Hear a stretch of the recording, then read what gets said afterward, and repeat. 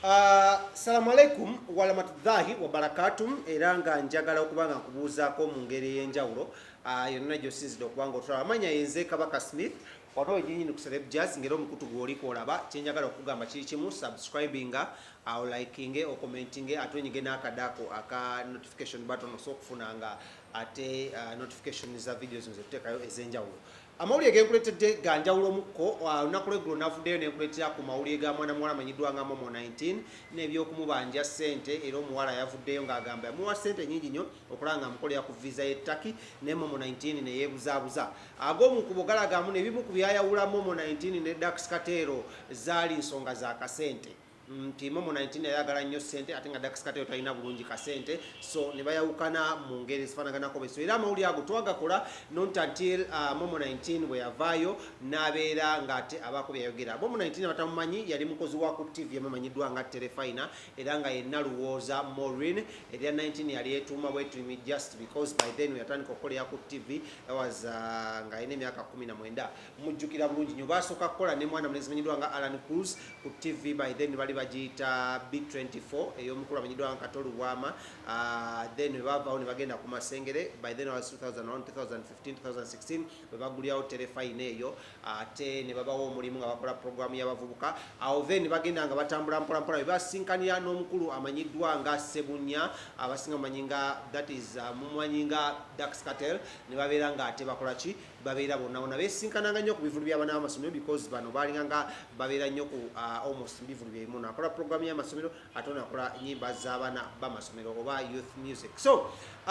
amawulire agatuusewo ne gatuuka ne galaga muno abiri bama ne bayagalana nnyo nnyo ate tebakomaoko mwaka gwa 2012 we bakolera embaga yaabwe sikyo we bakolera nika ate nga wano baali wali ekibuli era nga omukolo gwatambula bulungi nnyo nnyo maridadi sana. Naye bukyanga bubaga wa Mindi Momo ono yalinga nga abeera nnyo ku nnyonyi ebitatambula bulungi nnyo na Dax Katero ne Dax Katero abeera nnyo emubende eyo ng'asima golodi naye nga akasente mumanyi kaali keeveddemu ku side ya Dax Katero ng'ate Momo yeyafudde breadwinner ewaka. Naye ng'eyo ne just nkwa background omuwala ono Momo 19 oluvannyuma lw'okuvaayo n'agamba Dax Katero embeera tekyasobola kubanga ekwatagana wakati wange naawe because tokyasobola kubeezaawo maka nange ate enkoyo kubanga mbeezaawo maka nange nina maama wange nina baganda nange benina okuba nga nkola ki nga ndabira kyokka ate ne famire yo omugugu ogutisenze ne babeera nga tebasobola kuba nga nkola ki nga bakwatagana ne bayawukana.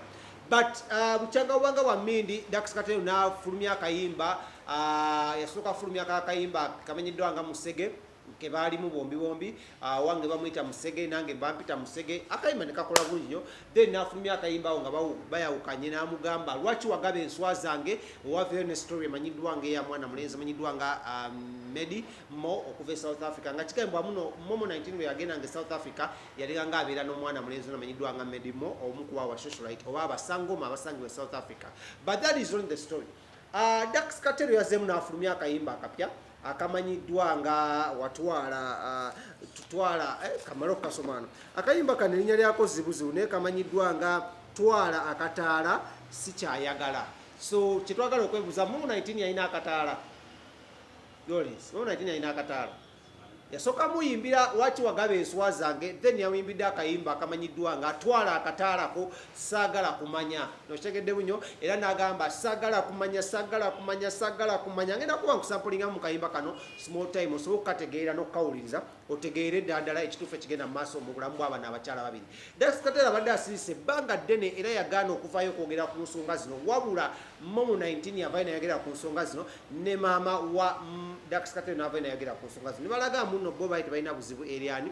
Momo 19 wabula ne bamugamba tewandigenze mu mawulire nga olaba omukulu amanyiddwa nga Sebunya bw'atagenda ki mu mawulire. Naye Sebunya ono asazewo just ye ahitinge back eri Momo 19 mu kaseera nga kano nga wavuddeyo omuwala abanja Momo 19 ssente almost miliyoni 6 ez'omukolera visa y'ogenda ettaka. Akayimba kano kayitinze airwaves era nga katandise okuba nga abantu bakasharinga ku WhatsApp ne ku TikTok era nga bantu batandise okugamba akayimba kano ayayika omukulu amanyiddwa nga Dax Katero yakayimbidde mwana mulenzi amanyiddwa nga ani nga mwana muwala amanyiddwa nga Momo 19 oba nalowooza 19 gwe kyolowooza kyeki simanyi but ngenda kuba nkusampulingamu ku kayimba kano osobole okukawuliriza akamwana mulenzi amanyiddwa nga Dax Cartel keyafulumiza nga kakoona mwana muwala amanyiddwa nga Momo 19 era nga Dax Cartel omuyeruba yagambye twala akataala sikyayagala kati simanyi oba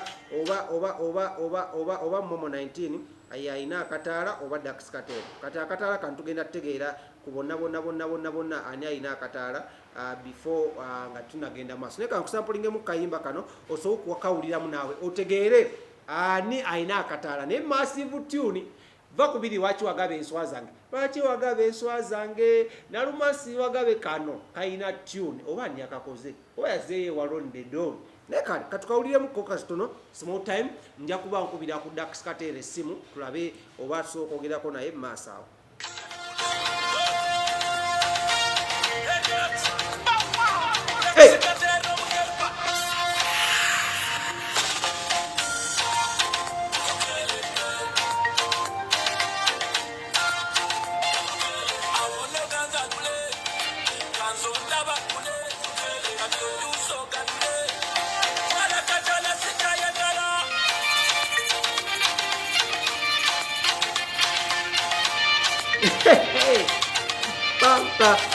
Pam.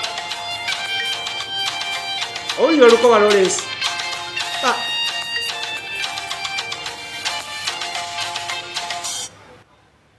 Oluko olwede bawa yagikoze eki yagikubye so yamugambye bukoze eki bukukerede so kale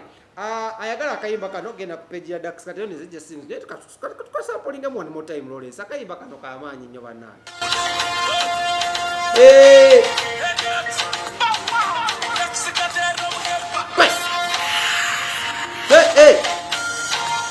pampa ono batalingana bukukerede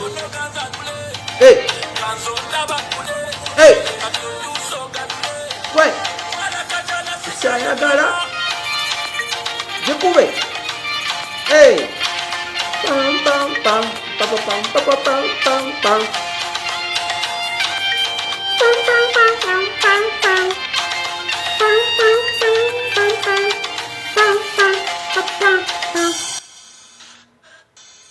sikaddamu